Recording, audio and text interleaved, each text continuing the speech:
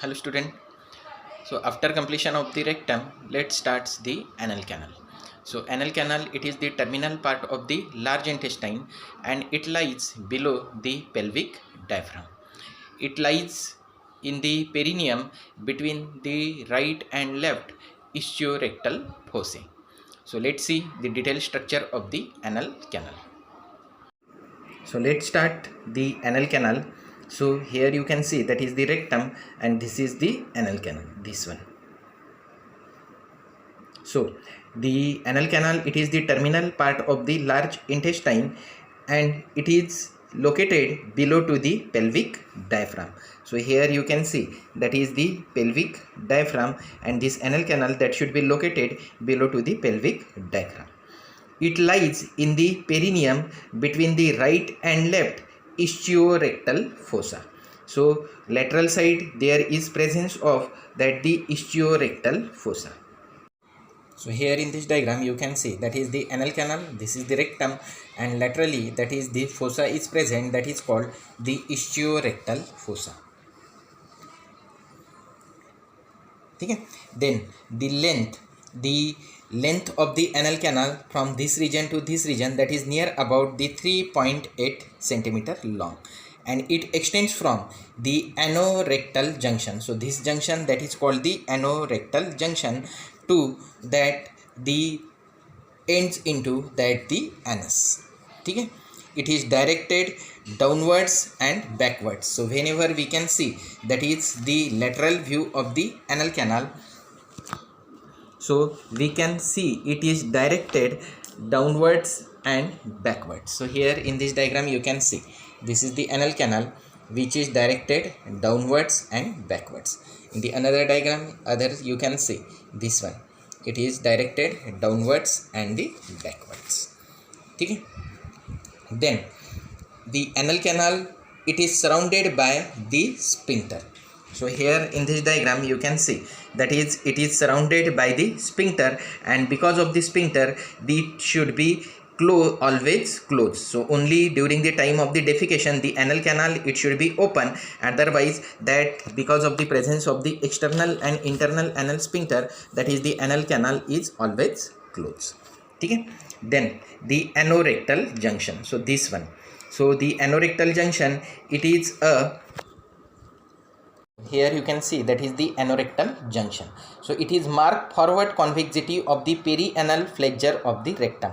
So here you can see that is the flexure, and it lies 2 to 3 centimeter here in front of and slightly below to that the tip of coccyx. Here ampulla is suddenly narrow and it pierces the pelvic diaphragm, and from this region, that is the anal canal, it should be start.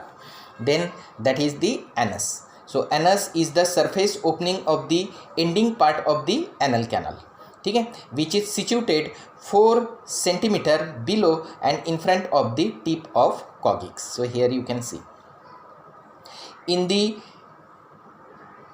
between the two buttocks, the surrounding skin of that is the anus, it is pigmented and it is thrown into number of radiating folds, and they are contains the ring of large apocrine glands.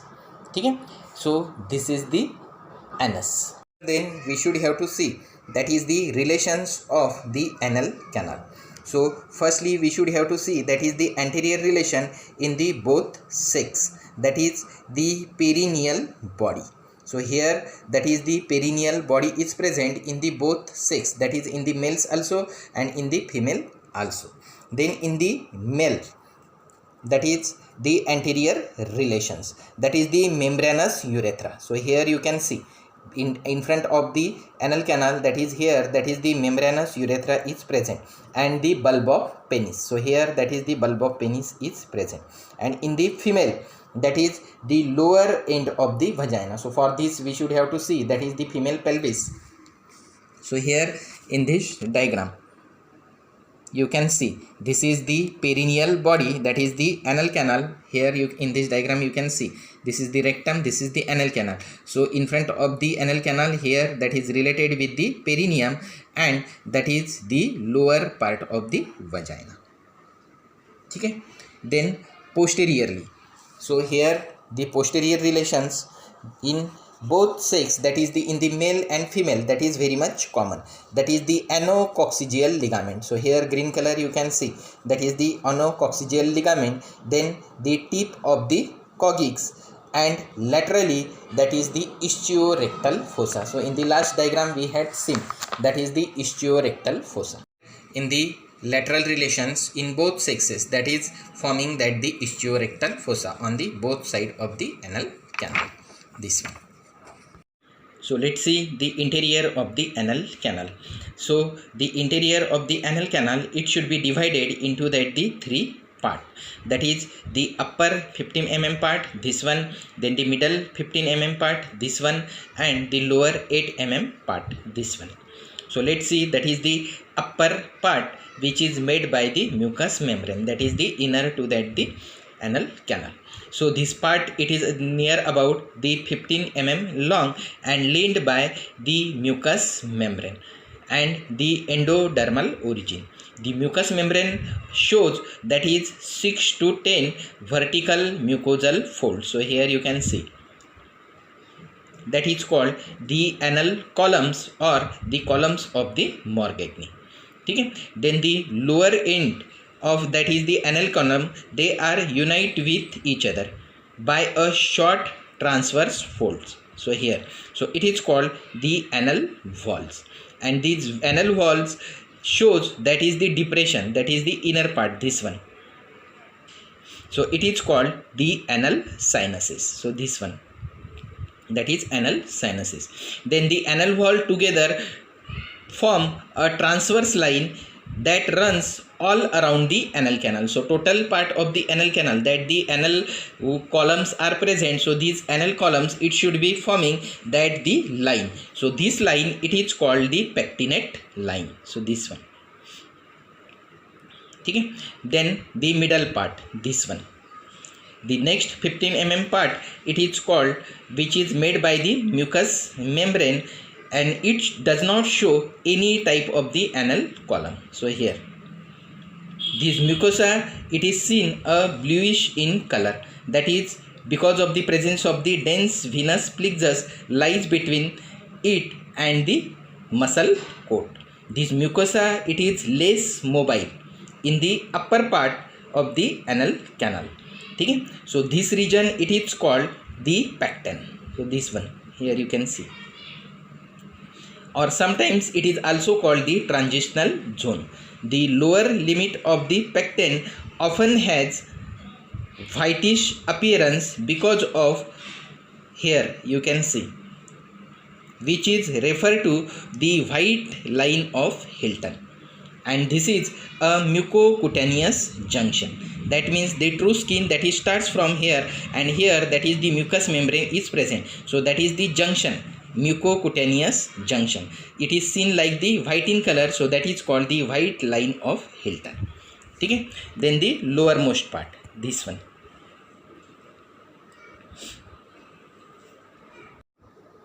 So lower part, it is only the 8 mm in long and lean often by a true skin, which is consist of the sweat and the sebaceous gland. The epithelial of the upper 15 mm of the anal canal, it is made by the stratified type of columnar epithelial cells that lining into the middle part. Here in the upper part, that is made by stratified type of epithelial cell, and this middle part or the pecten, it is made by stratified squamous cell. Okay? But it is distinguished from skin. There is no sweat and the sebaceous gland. Okay? But in the true skin, here, that is as the sweat and the sebaceous gland is present, but here, that is in the around that the anus, that is the hair follicle is also present. So that is the hairs also present around that the anus. Okay? Then the musculature of the anal canal. So let's see the musculature of the anal canal. So the musculature, it should be divided the two parts, that is first is the anal sphincter and second one that is the conjoint longitudinal cord. So anal sphincter, here you can see that is the anal sphincter and conjoint longitudinal cord, that is here violet color line, here you can see that is the conjoint longitudinal cord.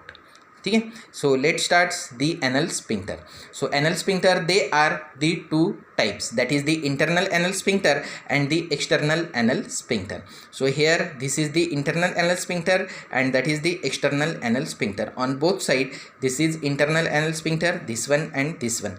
So here you can see this is the internal anal sphincter, this one.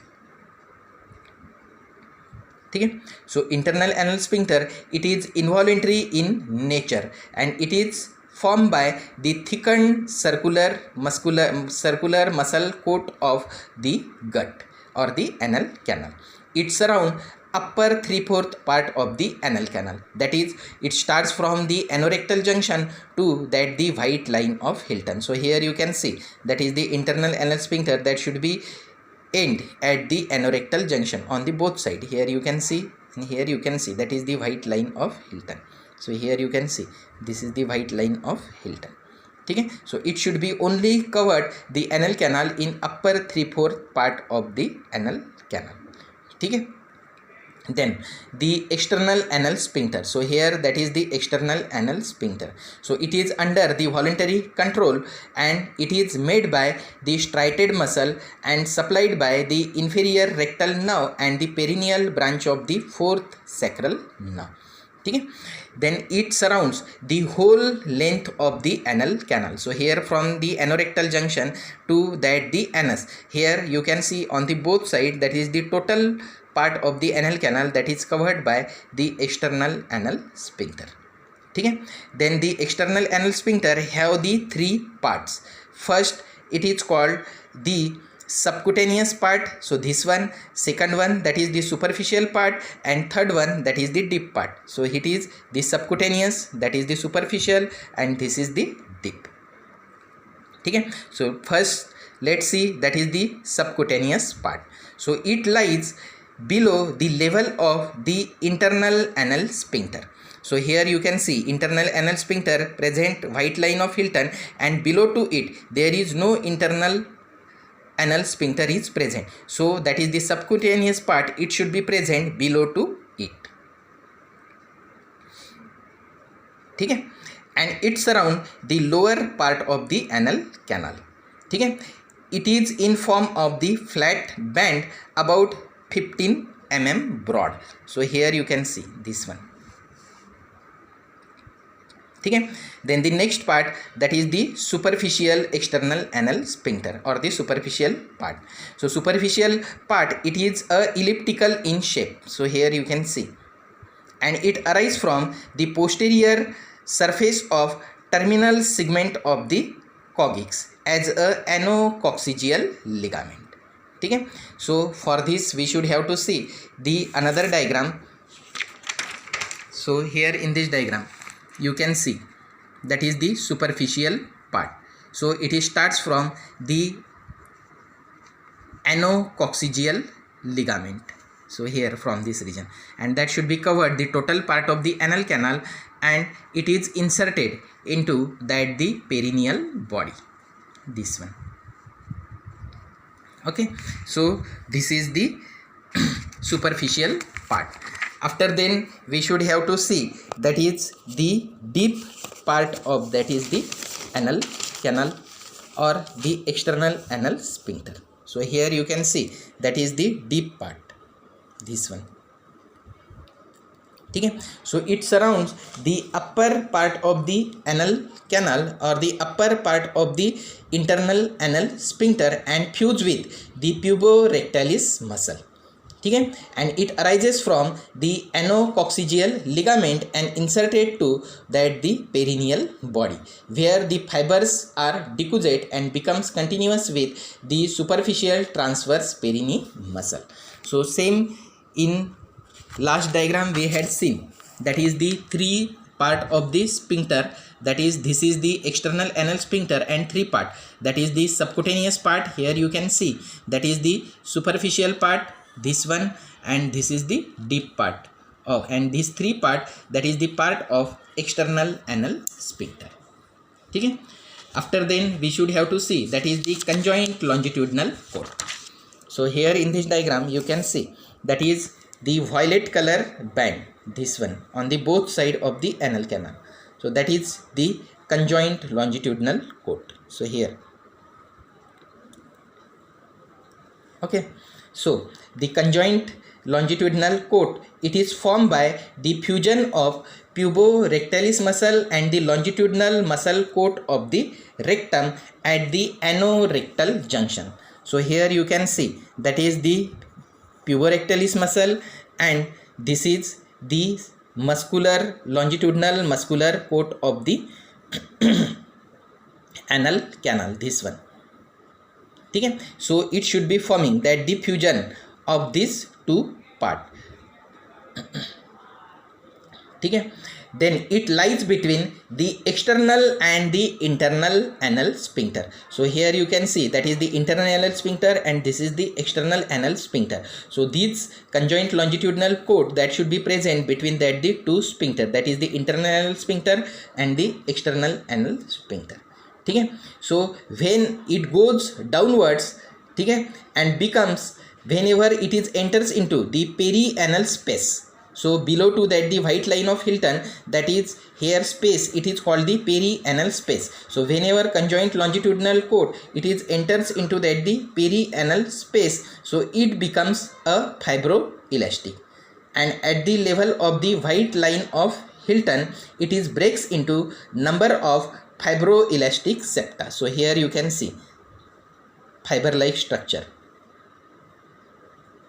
that is the fibroelastic septa, which breaks up into a fanwise direction and spreads in the lateral and the medial side. So here you can see.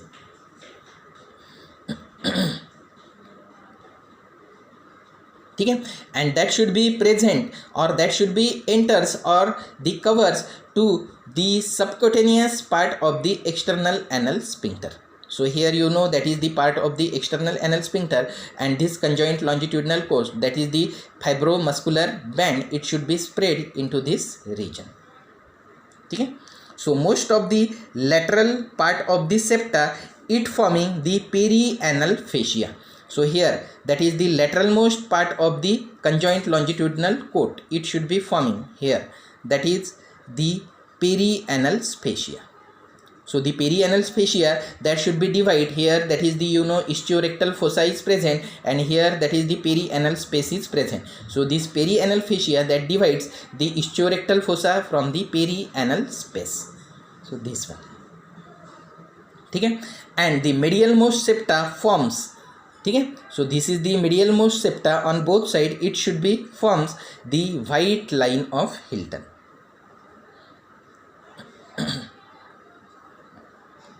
Okay, so this is the conjoint longitudinal cord. After then in the musculature, that also includes the third part, that is the anorectal ring. Okay, so anorectal ring, this is a muscular ring present at the anorectal junction. So here it is formed by the fusion of puborectalis muscle. So here this is the puborectalis muscle, then the deep external sphincter, so that is the deep part of the external anal sphincter, and the internal anal sphincter. So these three parts, this is the puborectalis muscle, the deep part of the external anal sphincter, and the internal anal sphincter. These three parts, they join with each other and forming that the muscular ring. So that is called the anorectal ring. So which is present here at the anorectal junction, and it can be easily feel whenever you should passing the finger into that the anal canal. ठीक है. And surgically that the anorectal ring is very much important, because if during the dilatation of the anal canal these fibers of the anorectal ring is breaks, that can causes the permanent incontinence of the anal canal. So incontinence means that should be losing the power of holding of the feces into the rectum, because here the external and internal anal canal fibers, they are break, and they should be loses that the power to closing of the anal canal. ठीक है.